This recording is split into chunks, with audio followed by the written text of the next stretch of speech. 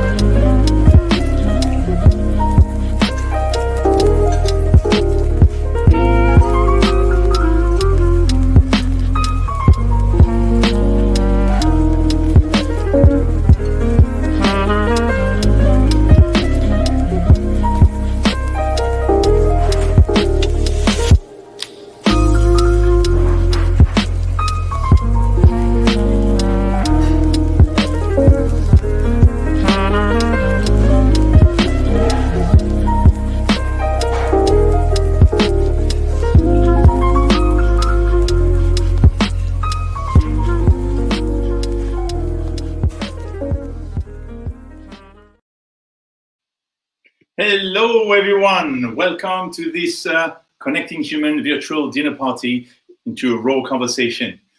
Tonight, I'll be cooking a quiche, but before I go on with my stuff in the kitchen, I would like to introduce everyone to here tonight. I also would like you to let us know on comments where you're from, which city, because if you say England is quite big. Let us know the city, where you're from, and whatever you want to say tonight. And don't hesitate to participate. So let's go straight to, who do we have here tonight?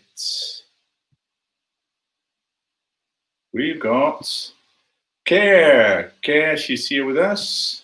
Hi. Hello. Care, she's here from Switzerland, but where are you from? I'm originally from Mexico, born and raised. Good. And what do you have for drink tonight?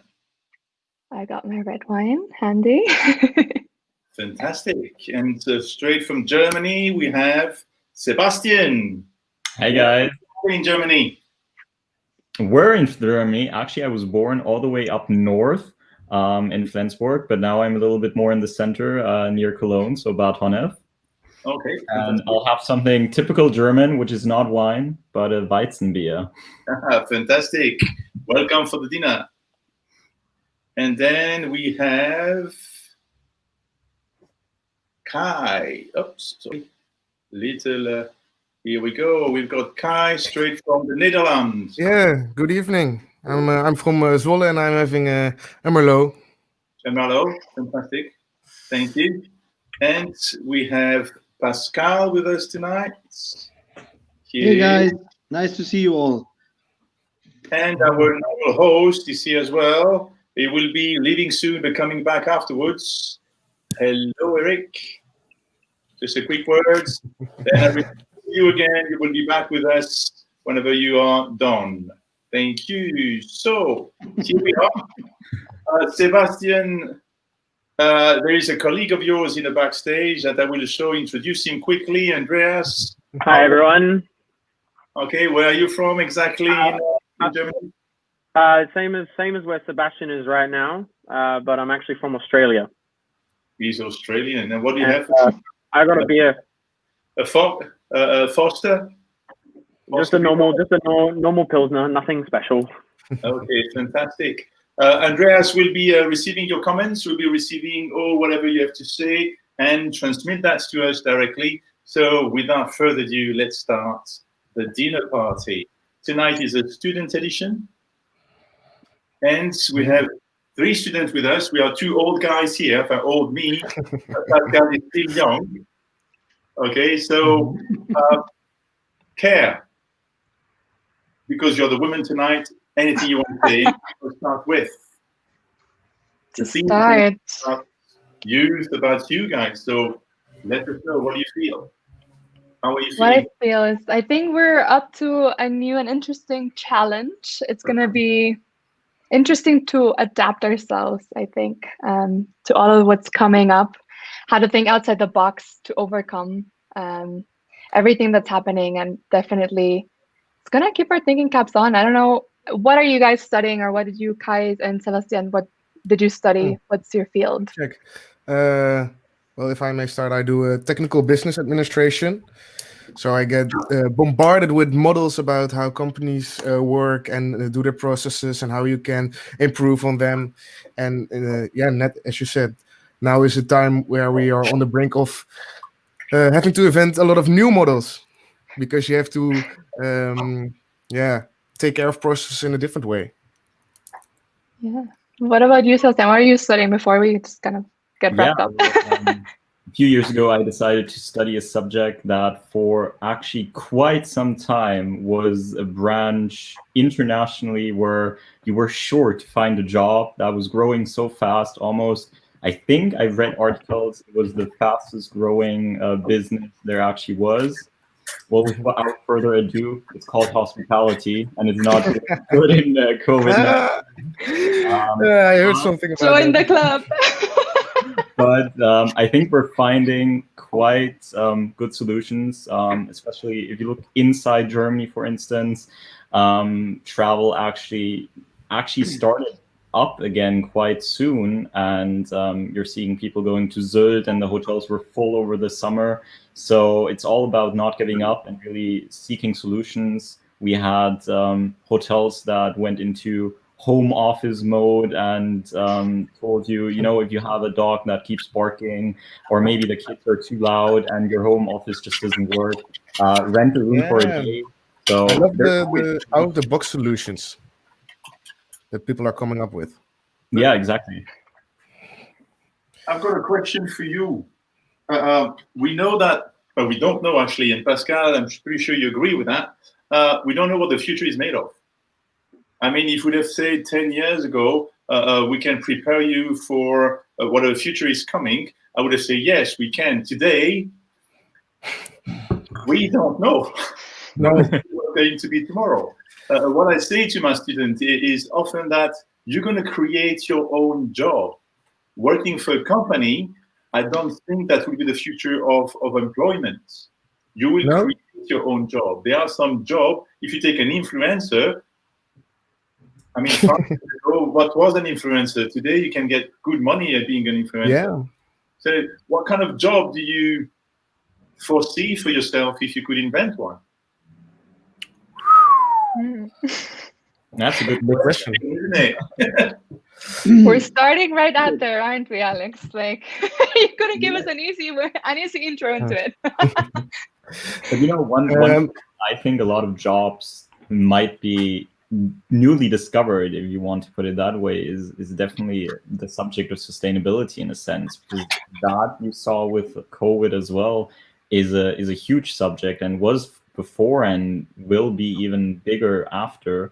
And I think there's a lot of opportunities in that direction, and not just in hospitality. I think it really doesn't matter what you're studying and what your work field is. Sustainability is really something that affects everyone. Nice.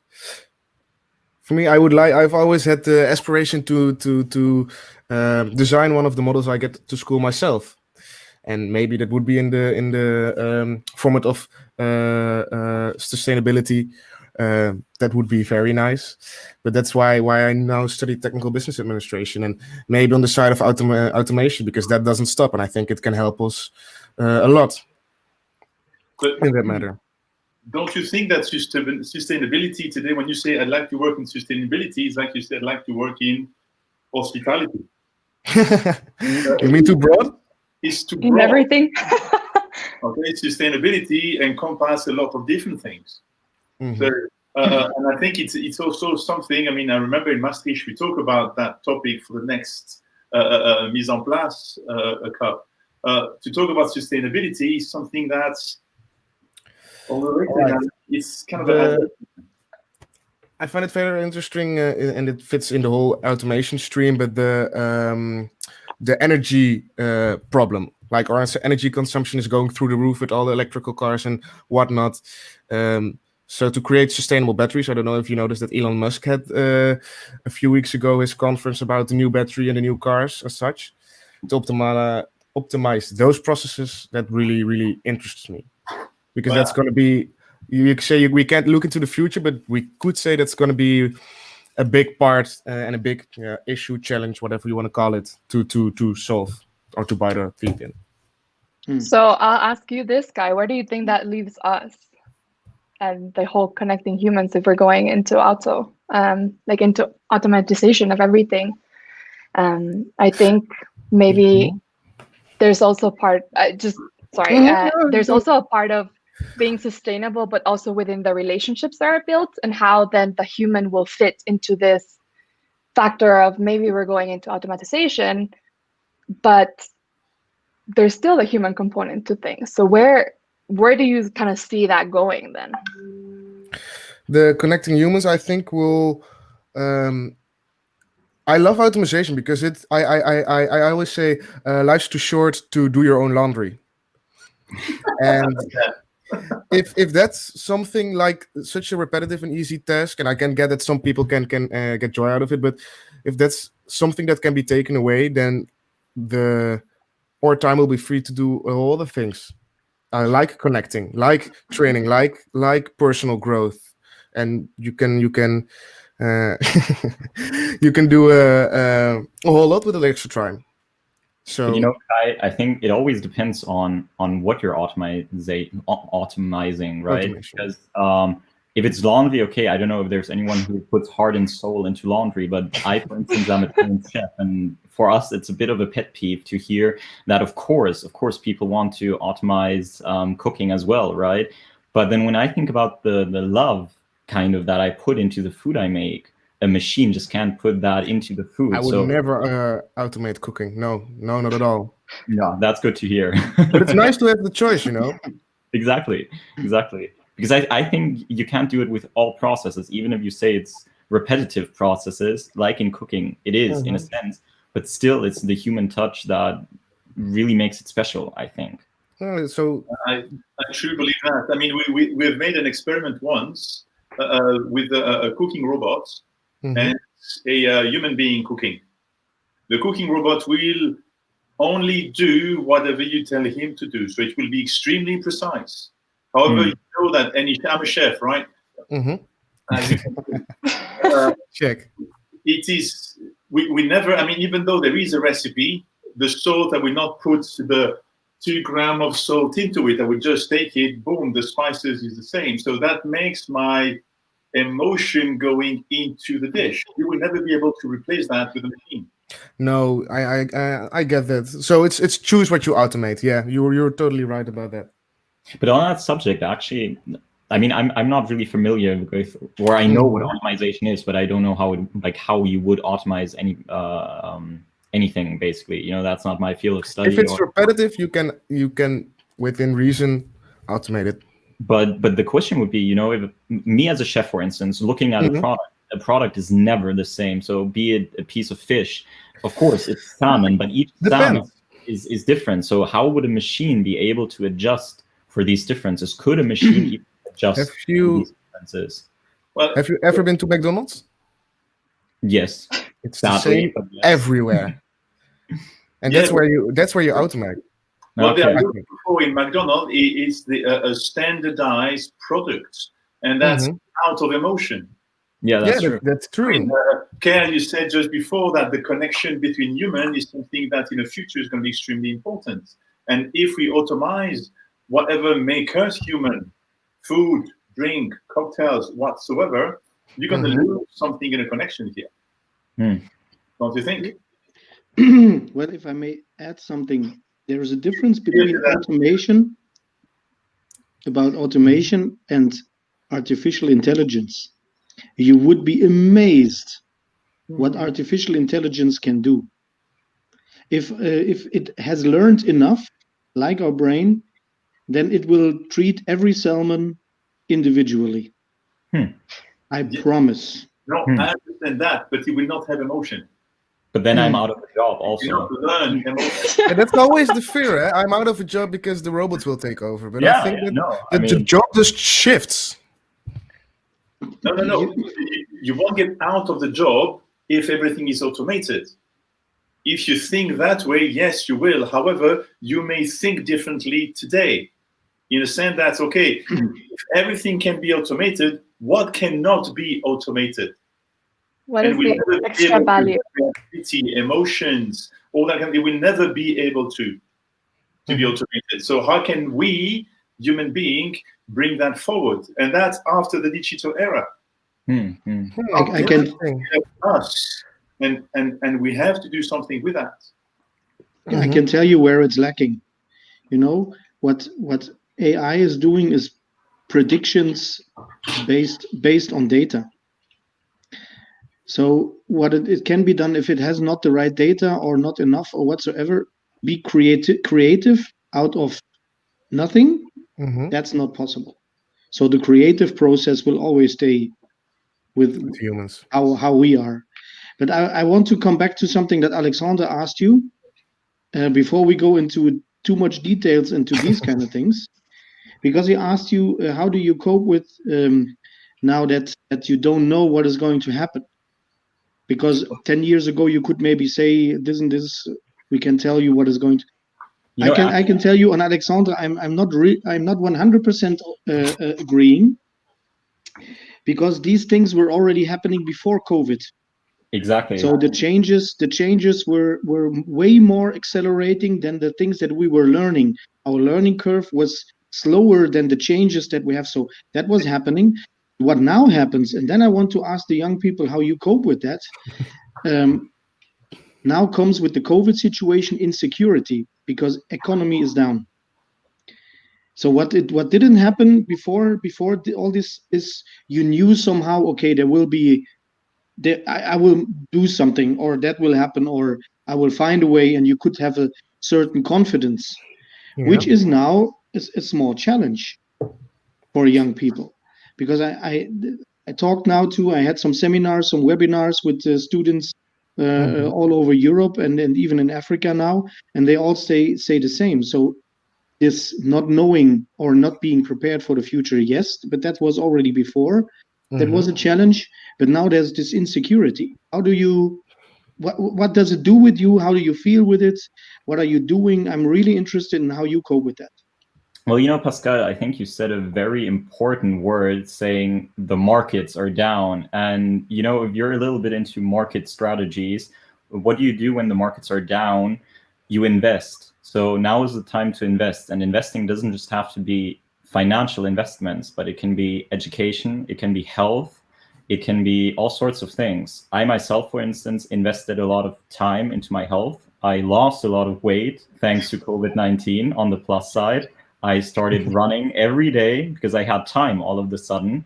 I started eating better again, and I'm now looking into going into a master's program after my bachelor's program, something that I never thought I would do. I thought I would go straight into the world of hospitality. Now I'm thinking, okay, you know what? It's the time to invest into further education. So I think there's always very positive ways to cope with situations like this. The thing is, you just can't let something like that get you down. You need to stay above it. If you, of course, crawl up into your blanket in the corner of your bed and tell yourself the world is ending because of COVID, then you're doing something wrong. But if you just see it as an opportunity to change something in your life, then it's a million possibilities. I totally agree with you, Sebastian, because I also wrote down which doors opened in the time of the pandemic. And in the first 2 weeks, it really started and everything was collapsing, as to say it bluntly. But after that, a lot of new possibilities opened, and if everybody started to look, okay, how can we make of this? And investment, I'm totally down with that. I invested myself in a new podcast, and I've done last Tuesday, I did a training with Pascal next to my college. So I think, yeah, don't put your eggs in one basket at this time, because that can be a bit insecure. Yeah. And I can talk for everybody's agenda or something like that, but that would be my advice. I'm really interested, Carolina, how you see it, because I know that Sebastian Kai, they followed already several empowerment courses, and they know some stuff. But how is it? Just you can please be open, because it's a special situation, and I'm really curious how people feel in that situation. Bring out the I gotta say I agree with Sebastian. It's also about how you frame your perspective to things, because obviously when you start to just focus on the negative things, like, oh, the markets are down, oh, I don't know, maybe automatization will be next and I'm going to be out of a job, oh, the world is doom gloom, then that's all you're going to see. You're not going to see the opportunities where in the hierarchy of things that we used to value, and it has shifted now that we've seen that, we maybe don't need certain experiences, or we would prefer certain connection experiences of interacting with humans after we were all on lockdown. If you don't open yourself to seeing these opportunities, and just seeing where you fit outside of that box into the new hierarchy of what people now would really want, that human essence and touch and connection, I think we're going to miss it, and this is actually, I graduated from hospitality. I just graduated. I was classed with coronavirus. Oh, nice. Yeah, congratulations. Thank you. But I do see, for example, and this is something that's, I think from the people that I know before, it's Alex. We've spoken a lot about it, and I'm more interested now into shifting a little bit into how we can connect with people and what our industry has to provide in that sense of giving people that comfort and that empowerment to see that, yes, the world might be a little bit gray and all shades of gray, but there is colors in there, like it doesn't have to be all that one blob or something. So I think, that coping, is in finding the opportunities of where in that shift of what we value lies that human connection, and thinking outside the box to make the best out of it. Okay, let's Alexandre, then you can take over maybe. Then I would just want to go. Let's go straight to the foundation. Let's go straight to ground zero. I will challenge you because I don't accept it. You guys cannot tell me, because this is knowing how it should go, knowing about, I have to see the positive side. I have to, how that works. But you cannot tell me that confined in the four walls that you have around you, not having all these human connections, not having that, go straight to that point where sometimes you don't feel that good. What do you do? How do you? Because we all have this. I have these situations.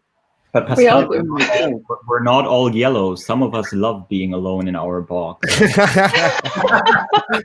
Funny. I'm yellow today, but no, but actually, yes, I think we do need human connections. I think that was probably the worst of COVID for me personally, but I think that was one thing that came up so quickly with Zoom and all these companies that made online relationships with friends and whatever so possible, that for me at least made coping fairly easy. And in Germany, you were allowed to go outside. I know in other nations it was different, but I was allowed to go for a run. So I really didn't have that much of a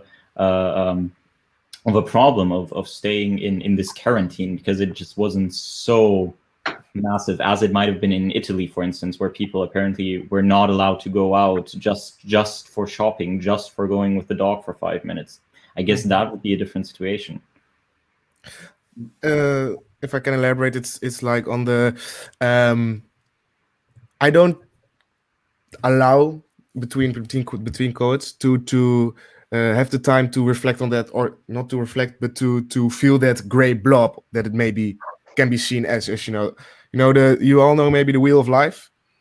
So if you have a job, if you have a sport, if you have one or two hobbies, and if you have enough things going on in your life, I don't think that it will be that hard. I think that's for me personally my coping mechanism, just to have enough things that I like to do. And if the one falls away, like hanging out with friends because we have to be in quarantine, then it's reading, or then it's writing, or then it's making podcasts. It's there. I think there's so many things to do besides the things that can be done right now. Okay, Erik is back with us, so maybe he's got something to add on that. Hello, Erik. Welcome back. Hey. I don't know if you have followed a little bit what we did, the discussion hear Pascal challenge a little bit these youngsters to say, okay, you know a lot of things, but what is being, doing, feeling? Anything you want to add? I love that when you did that, Pascal, because I was like, oh, here we go again. We're talking about what you should be doing and what you are thinking that you know, but knowing that that the world is round and knowing how to travel the world, that's a whole different thing. So I would love to also hear a little bit from these amazing future leaders, what is actually going on, rather than, okay, yeah, I know it. I think deep down in the end, it's all somehow connected with psychology. Of course, as Pascal said, we're all in our box and we're going crazy in the end. But on the other hand, we're confronted with a kind of unprecedented situation for all of us. And I was just thinking that sometimes the people in my life that I've met that had the worst life changes because of accidents, because of health, because of anything, and really had deep cuts into their life to the point where they just couldn't live how they lived before. And in the end, if you talk to many of those people, they are the happiest, most inspiring people you'll meet along the way, because they learned how to cope with their situation, and they found some new kind of energy that many of us that never had a situation like that didn't have yet. A lot of people I've met before COVID, for instance, were very negative about life, about anything. Uni sucked, this sucked, that sucked, everything. They complained about everything. And now we're all kind of confronted with a situation where we suddenly we are forced to cope with this. I mean, it's not as bad as maybe a severe car accident. I realize that, but still it's a situation that we're all confronted with. And and we have to cope. Once I did an exercise with Pascal and about the intention. I'm pretty sure that you have done that as well, Sebastian UK. And when I express my intention, say, no, this is the result. What's your intention? And then I say something and I say, no, this is a result. What's your intention? I'm going to tell you exactly the same thing, Sebastian. As long as you don't talk about I, that will be a knowing. That's a knowledge. You say we, that's a knowledge. When you say I do it that way, that will be something that comes from you. Well, I can tell you, I feel better. I feel better than I did before COVID because I turned my life around. So what action are you taking, actually? And that's for all the three youngsters here.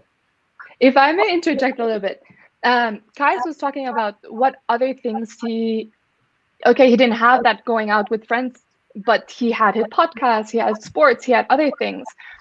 And then Sebastian started to touch on other points that I think we could bring back to feeling that gratitude. You spoke about that people having been in such a dark place and not wanting to come back from that, and then how they became this inspiration for people and how they've been outgrowing themselves and coming from that darkness in a way. Mm-hmm. And I think it comes from appreciating what we have and being able to just say, today I can actually go outside, and maybe in Italy they can't. Today I was able to enjoy recording my podcast and sharing it with people. Maybe other people don't feel the confidence to do that, right? So I think if in a way we could summarize that, I would personally say that I feel it's that sense of gratitude for what we have and what what we're surrounded with. Can I challenge you there, Carolina? Yes.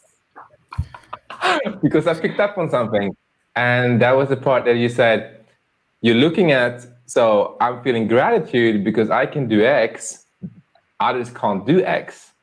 Is that gratitude? But there are 25 letters. Say that again? There are 25 other letters you could do.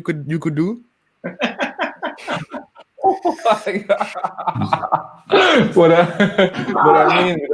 mean, the point here is that thing of, is gratitude, like, can we really feel gratitude if you're looking at what others can or cannot do? Or is gratitude more something that we were looking internally to ourselves and say, I feel grateful for what I can do right now because this is what I can do. It's not about what I can do and you cannot do. Yeah. That's what I'm challenging you on right now.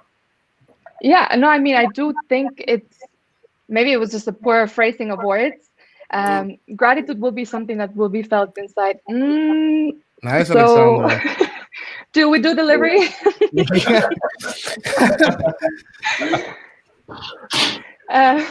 Sorry, so going back to it, gratitude will definitely be what will help people cope in a way, because I felt grateful that I was able to do certain things that, as Sebastian was mentioning, just being able to do sports and to spend more time on myself and being able to journey into myself, getting to know myself. Who are you when you're alone, when you're just you and your thoughts? What is that thought process? Like, what is it that your mind speaks to you? Because I could say that sometimes, when we're left with our own thoughts, some people will be like, that's scary. Yeah. I don't know if I want to hear that. So it's that also, just the gratefulness comes from being able to stay with yourself in a way, of being able to understand, hear yourself, and then there comes that light. Otherwise, then, yeah, I feel we would begin to look at that doom, gloom, and all of that greatness and that darkness. But because there's that spark of light in you, you feel that gratefulness. I personally feel that way. And I feel like that's what has helped me. I want to challenge you again. Something. Yeah. Because you say you're in the middle here. Yeah, here. I have to I'm in the hot spot.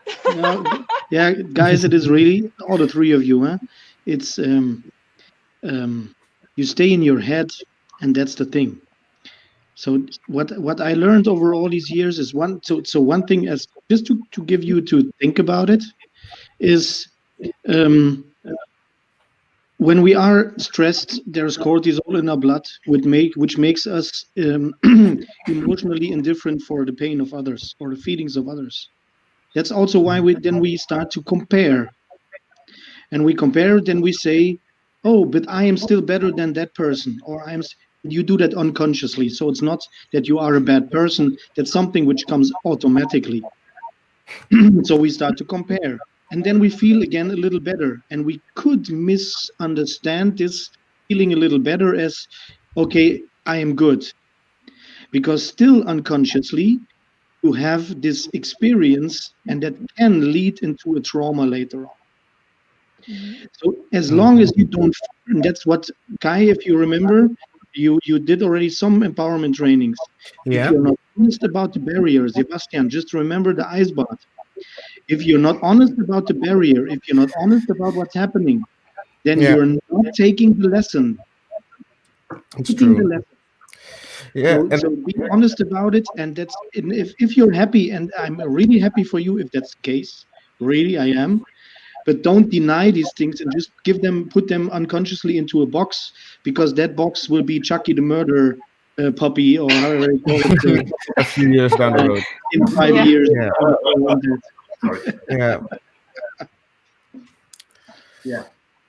No, I mean, I definitely agree. Not all days are going to be rainbows and unicorns. And that's definitely something that I've experienced. I don't know for everyone else. Because it's a conversation that I've also had with Alex before, where I'm like, okay, today I just cannot see the colors. I cannot see the rainbows. Hello, let's have a chat. Let's have a coffee. Let's just, But it's also that reaching out. And in the end, you can talk to people, and that helped me. But that's where I feel that connection of humans is that important part to coping with things, but also knowing that because we're able to do that, that's something that I'm grateful for. Something I'd like to add on that, and I agree with you in a certain way. Reach out to people is very important. However, we're being educated, at least in a lot of different cultures. I have to do it on my own. And you can see that on movies, you can see that on series, you can see that in books, you can see that all around you. You have to be a self-made man and woman. If you look deeply into history, any successful people, country, companies, whoever, they've never been alone. Mhm. They've done that with and we should not hesitate at a certain point to say, I need help, I want to chat. Can you just listen and give me a tap on the shoulder? Simple than that. However, we're so proud and our ego is so huge. It says, no, I cannot do that. I prefer to die before I can ask for help. No, not agree here. I mean, we are, I mean, Erik, Pascal, and I, we are kind of a living example of that. I mean, Erik has been presenting me to one of the show, I mean, things he was doing on the net, and Pascal gave me some input in other side. I put the two together, I mean, the three together, and that becomes what we are doing tonight. It's not something that we should minimize. Okay, reaching for help. Cheers. Cheers to that. Cheers to that. Boom. We need to invite another one here because we have the cheers for that, which is an internal joke, no disclosures in public. But we also have, I think we have to invite the mic drop because sometimes I have heard several of our guests and ours, sometimes we're saying something, we just need to do mic drop. Yeah. Okay, Funny. That's a good one. That's a good one. Can I ask a question to everybody now, though? Something that I would like to throw towards the audience with us as well. I've seen, oh, by the way, did you know that when you're watching Facebook Live, that Facebook Live actually adds captions? So when I'm speaking, it's actually added English captions right now. Oh, nice. Oh, really? So I was listening to Kai, and Kai was actually translated into English in front of me, and I was like, wow, that was pretty awesome. Anyway. All right. Raw conversations, right? Yeah. Okay. Here's my question. I would love to hear from everybody in the audience and from the lovely Sebastian, Carolina, and Kai. What are you most excited about?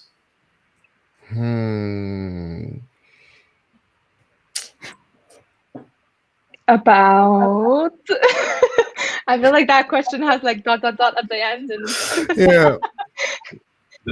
What am I You mean currently, or you mean in a long perspective? You mean like right now, like right after this? No, Or Sebastian, I mean like 10 years. No, right now. Well, I'll be Right honest. now. I'm most excited to read. And anything you want to pick up? I think I'm most excited to read the WhatsApp message from someone after this that I've been waiting to read. How cute. How cute. Do you want to share? The message, no, I don't think so. That is private, and that stays private. But the story that maybe leads up to this message. Well, like who the message is from. Well, to be honest, Erik, you know what? You can also have a mic drop with the question because nobody is answering anything. And you know what I wanted to play when I saw the faces after your question?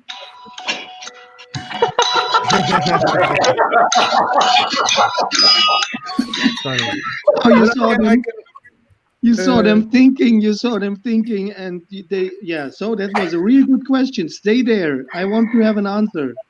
Well, okay, the thing is, I can give you an answer.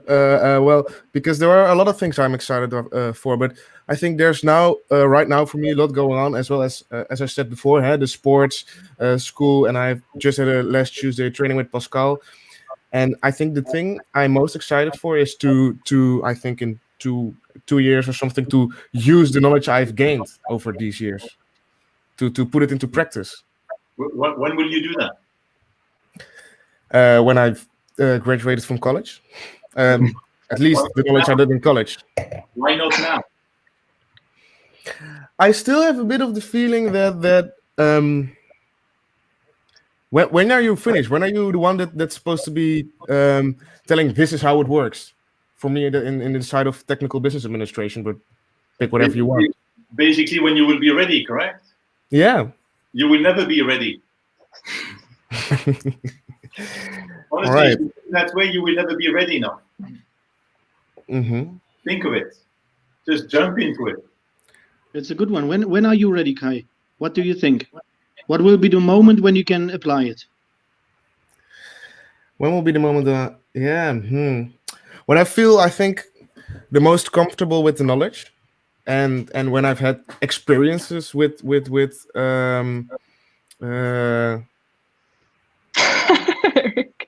giving it off, putting it into practice. Let's put it at that. So you don't need the confirmation from external. No. I think it's the internal confirmation. Yeah. And that's Yeah. when you are never ready. So start now. Okay. I was gonna say, Alexandre, it right? We're grilling you tonight. Mm-hmm. I think it sounds more daunting, the internal confirmation, than it does the external one, because I think we're kind of our harshest critics sometimes. Mm-hmm. But isn't there a saying that says, like, the more I know that I don't know, or something like that? Yeah. So Yeah, that's in true. the end, I have to agree with Alex. It's a never-ending learning experience. I mean, it is life. It is the school of life in a way. Mm-hmm. But if I'm to answer Erik's question, I'm very excited actually of working with Erik. As now I've graduated, I can't say that I feel any more prepared, Kai, as an alumni. I don't know what to tell you, but Okay. No, thanks. I don't know that even when you graduate, you feel like, yes, I'm ready. Let's go. Let's do this. It's still a bit scary, but it's just like, let's take that leap of faith and take it somewhere. That's all of this energy, and it's just gotta be channeled the proper way. And sometimes you run into amazing people, like we have right now, the 3 mentors who have invited us. And I'm very excited about starting a holistic wellness business. Okay, I know it sounds like I'm in the middle. Did you feel the doubt? Exactly. Thank you, Alexandre. Right now, and since I'm working with Caroline, I'm just going to have to come back here and say, Caroline, you know what I said about chest out, head up, and that whole doubting thing that you gave us speech? No. What were you doing? It's all Yeah. Give me 5. Yeah. Here, the virtual one. But guys, that's exactly what we started. We say it's the difference between knowing and doing, and that's a complete different thing. And it's not that we want to make you feel uncomfortable. Not at all. It may be a little bit, because then you move.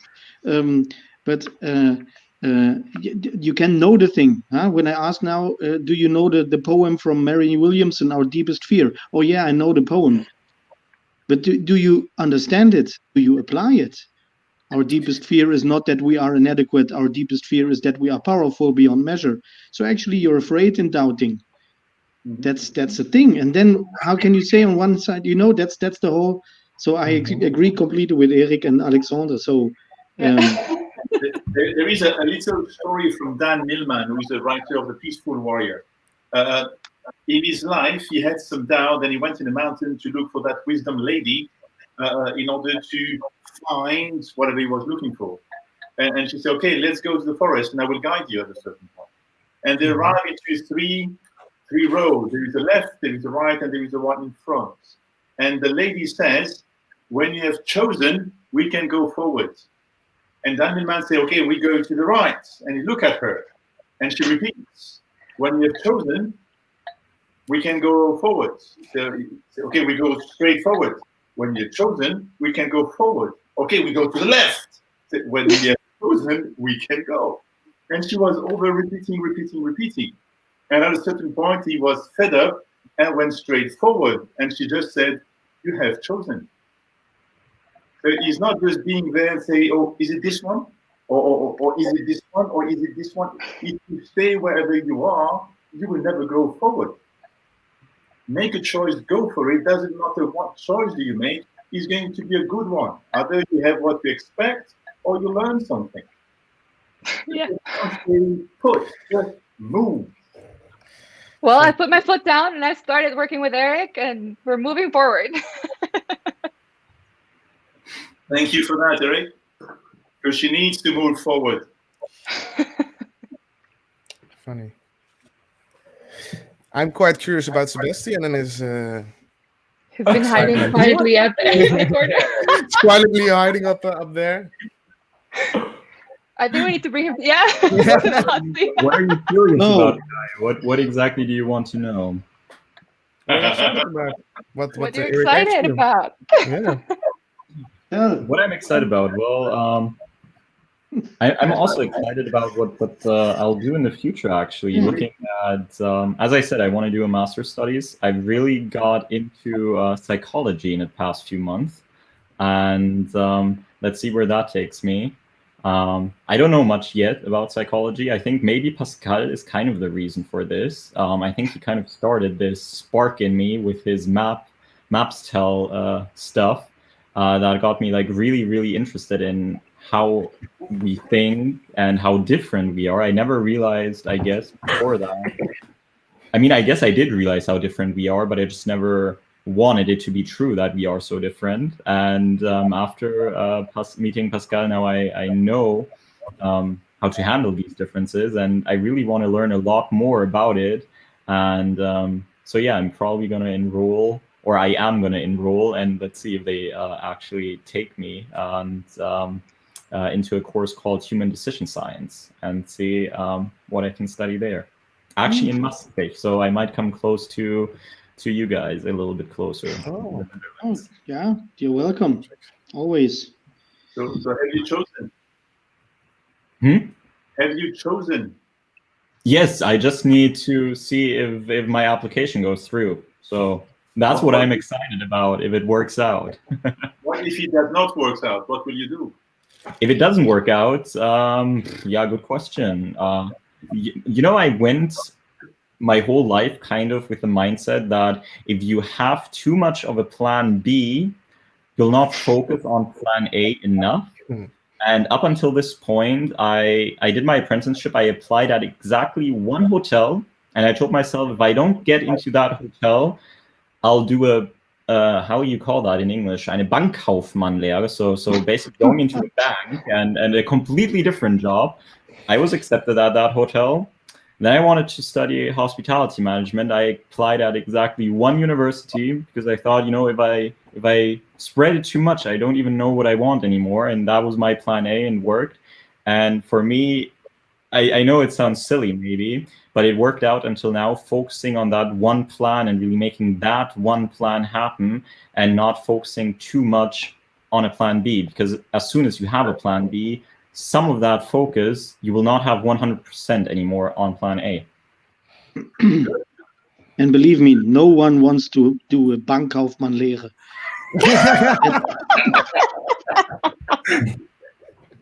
So yeah. Okay, ladies and gentlemen, we are close to the end. So I would like, starting with you, young people. There are other young people that are watching that, who's going to watch that later on. What would you say to them? What have you learned so far that you would like to share with the young people that's going to look at that video later? And what are you hoping for? What would you like to say to the elders that are going to watch that as well? I'm existing. Give me a chance. I mean, how will you say that to them? So let's start with the ladies, because the ladies are... This is not fair, Alex. Okay, what have I learned? I think my most important takeaway from this week was actually from chatting with Erik. What is it that you stand for, and how do you stand for it? I've been doing a lot of introspection since my call with Erik, and I've been really seeking to see what it is that I fully stand for, because sometimes we think that we stand for something, or we would like to say that we stand for something, but then our actions might be different from what we're actually trying to get across. So I would say definitely do a little introspection as to what you stand for and where you're heading and how you're heading there. And also reaching out to people if you need help. It is daunting and it is scary sometimes, but worst case scenario, what's going to happen? You're going to reach out to someone for help, and maybe they won't answer their phone, and you were already at that point, before, so it's not going to change much.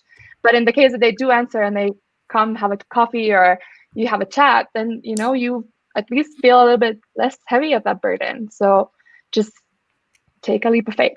And if your gut feeling says just do it, just do it. That's how I ended up getting to know Erik.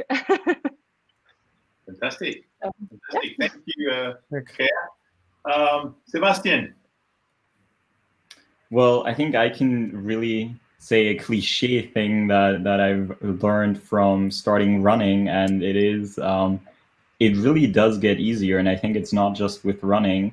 If you have a project and you really want to achieve something with that project, you really have to continue doing that project. You can't give up. Like never give up. I think that's some of the thing us young people do way too often, that when the road becomes a little too rough, we think, well, this is not the right path, and we change direction again. But when in fact the path might become very, very smooth if you just keep running along. Oh, I love that. Thank you. I can add something to that, something I said to my daughter. When she starts something and she's facing a difficulty and she wants to give up, I say, pass the difficulty, then you make a decision. Yes. Okay, but pass the difficulty first. Then you can make that decision. So and the pain goes away. There's like a certain point. I've known this from swimming, and it's the same for running, and it's the same for anything you do. It's not just exercise. It's literally anything you do. The beginning is always hard and it's painful. But then there's this point, and we call it runner's high or swimmer's high, and then suddenly all the pain in the world is gone, and all you feel is I think it's the dopamine essentially, and everything that just like is getting pumped into your body, and it's amazing, and it works with exercise, and it works with projects that you follow along with everything. If you think, for the six of us, everything we know today, it all started to be difficult. Doesn't matter what it is, a skill, an exercise, a physical things, it all started to be difficult. Mic drop. I mean, I want to come in here and say, like, which episode number are we on right now, Alexandre and Pascal? When I listen to Alexandre, it's 35. All the episodes that we have been doing. Oh, doing 7, 8? I don't know, but trust me, like what you just said, Sebastian, about the runner's high and everything, I'm so with you on this, like high five right there. Like even us trying to do this thing here, it took us like in episode 2, 3, 4, we were sitting there thinking, not working. What should we do? Shall we give up? Shall we keep going? Don't really know. Until we found a flow that was like, oh, this is the one. Yeah. Yeah. Yeah. No, that's good. Kay is over there. Okay. Yeah. Hi. Okay. Yeah. No. You have not much for me left to say, but I'm going to repeat one advice. If I ask Pascal for advice, sometimes he always says, "Create your own brand," and I can hardly underscribe that. To find something that you really and truly like, and there's always something. There are like a million things to do on this planet, and you can find the one that you're good in, that you get into your flow. And it's also important to with attention to the runners high and the difficulties. Everybody has his own process. It's some people want to take more time to do something right than other people who just run ahead. So yeah, create your own brand, everybody's own process. And to end with the Nike's quote, just do it. Or Nike or everybody else. It's so simple, the 3 words, but I last few months those really helped me. Thank you, Kai. Now the 2 elders down there. I mean, the people that are there. Okay, Erik, what would you say to these young people? What would you say? I would like to use the metaphor that I learned today. It came to me today as I'm sitting in tech support with my website, and there's an error. Something have happened, and I'm talking to the support assistant, and my mind goes, "Okay, why did it happen?" But another part of my mind kicks in and says, "No, how can I solve this?" And what I took away straight away was like, oh, this is a great metaphor for so much that happens in our life. Many of us, we wake up in the morning, we're feeling down, we're feeling low of motivation. We jump for the coffee. We are going for that kind of, okay, what should I do? Oh, I take a break, I take a little walk. And we're trying to use that, how can I solve this method with the coffee, with the walk, with anything? But until we ask, why is it happening? We will only keep going with the solution, like short-term solutions. The same thing I'm saying to people that they go to yoga, I'm feeling stressed, I need to go to yoga. I need to meditate, oh, I need to meditate, or anything like this. Yes, but why do you want to meditate? Why do you want to go for yoga? What is really happening? So my point here is with this metaphor, why did it happen in the first place? Be curious about that. Approach that with a smile, because then you don't have to do this kind of short-term, like, oh, I have a coffee, solve it, 2 hours later, it's back again. I have to go to yoga session. Tomorrow I have to go to another yoga session because it's back again. Why is it happening in the first place?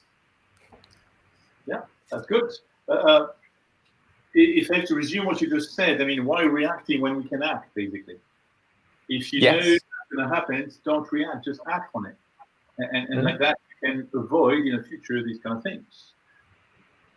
Down there, Pascal. Erik, I cannot agree more. So go from the urgent to the important. When you know the Eisenhower matrix, go from that. But what I not maybe a tip, but just what I experienced today. So I'm really grateful that these 3 very talented young future leaders, or even now already leaders, are here to exchange their experiences with us. What made me feel, gives me a good feeling, is that I saw that your knowledge base is already there. And that, you know, the three steps of really being competent and doing something is knowledge, then the skills, then the behavior. So the knowledge is there. The skills, you still have to practice, and then we will see what you do with it. So, but as long as you don't do it with all the consequences, you're staying at the knowledge base, and that would be a waste. So, to copy then Kai again, just do it, and please fail often. Please fail often. That's it. Oh yeah. Thank you. Well, isn't what they say, if you fail, you just succeeded the wrong thing? I like that. Yes. Something I'd like to say, and that's going to actually add on what Erik and Pascal have said, is just dare yourself. Don't hesitate. Just do it. Right?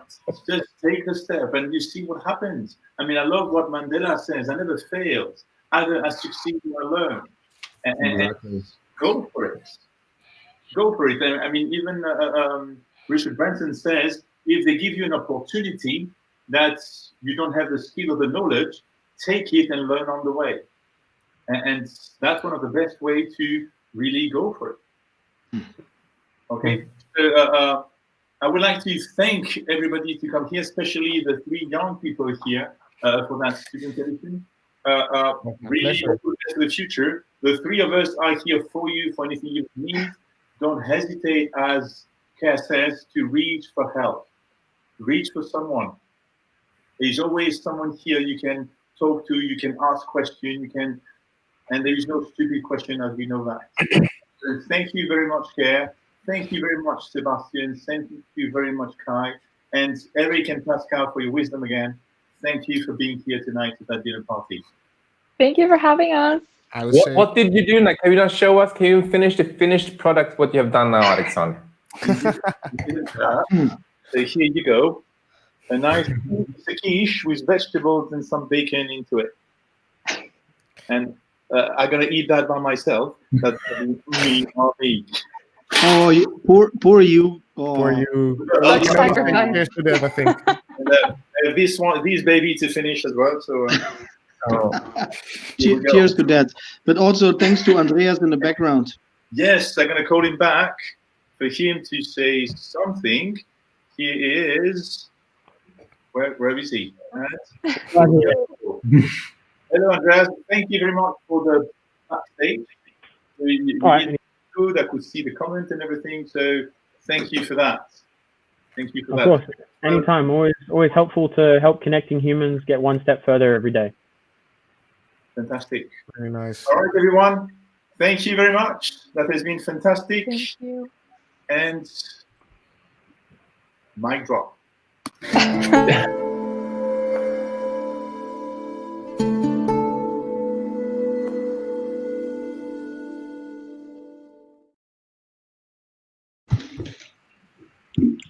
End broadcast.